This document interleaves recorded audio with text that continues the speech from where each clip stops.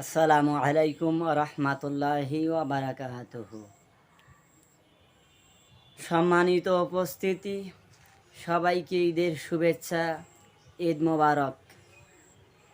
আগামীকাল ঈদুল আজহা অর্থাৎ মুসলমানদের শ্রেষ্ঠ দিন, ঈদের দিন। এজন্য ঈদের দিনে কয়েকটি সুন্নত আছে। এই সুন্নতগুলো আমাদের মানা একান্তই দরকার। আল্লাহর নবীজি বলেন, মান আহাব্বা সুন্নতি ফাকাদ আহাব্বানি ওয়া মান আহাব্বানি কানা মাই ফিল জান্নাহ আও কামা আলাইহিস সালাতু ওয়াস সালাম। আল্লাহর নবীজি বলেন, কোনো আমার উম্মত যদি একটা সুন্নত জিন্দা করে, সে 100 গলাকাটা শহীদের সওয়াব তার আমল নামায় দেওয়া হবে। সুবহানাল্লাহি ওয়া বিহামদিহি।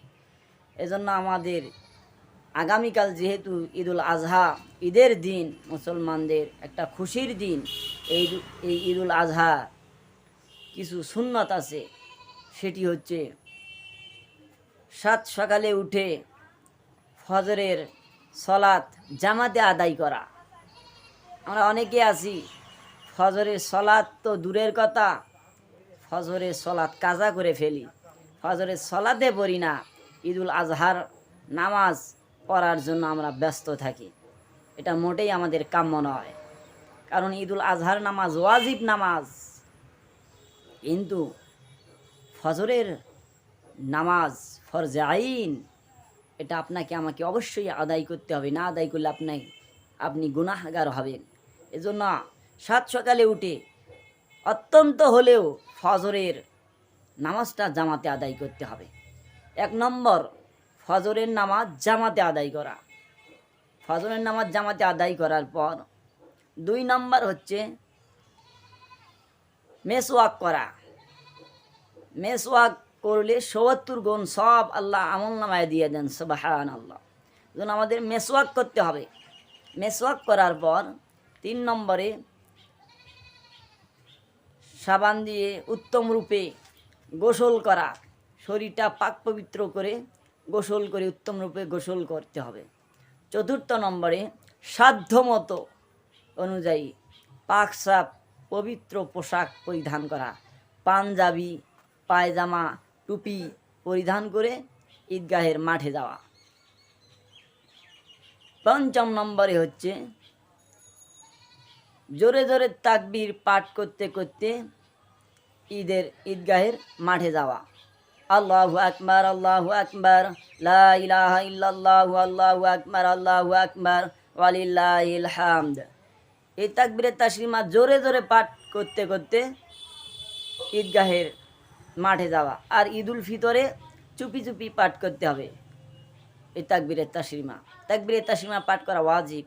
ঈদুল আজহার সময় জোরে জোরে তাকবীরের তাসলিমা পাঠ করতে করতে ঈদগাহের মাঠে যাওয়া। আল্লাহু আকবার, আল্লাহু আকবার, লা ইলাহা ইল্লাল্লাহু, আল্লাহু আকবার, আল্লাহু আকবার, ওয়ালিল্লাহিল হামদ। 6 নম্বর সুন্নাত হচ্ছে যে ঈদুল আজহার দিন না খেয়ে ঈদুল আজহার নামাজ আদায় করা। ঈদুল আজহার নামাজ পড়ে কুরবানির গোস্ত দিয়ে খানা খাওয়া সুন্নত। আর ঈদুল ফিতরের দিন আগে মিষ্টান্ন খেয়ে ঈদুল ফিতরের নামাজ পড়া সুন্নত। আর ঈদুল আজহারটা ভিন্ন। ঈদুল আজহার সময় সাত সকালে ঈদুল আজহার নামাজ পড়ে কুরবানির গোস্ত কুরবানি করে ওই গোস্ত রান্না বান্না করে কুরবানির গোস্ত দিয়ে ঈদুল আজহার সময় খানা খাওয়া সুন্নত।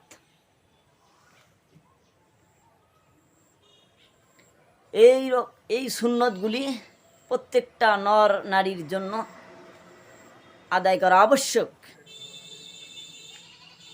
এজন্য ঈদুল আজহার এই সুন্নতগুলো আমরা অনেকেই জানি, অনেকেই জানি না। এজন্য আপনাদেরকে জানিয়ে দেওয়া হলো। সবাইকে আমলগুলি করার তৌফিক দান করুক, আমিন। আসসালামু আলাইকুম ওয়া রাহমাতুল্লাহি ওয়া বারাকাতুহু।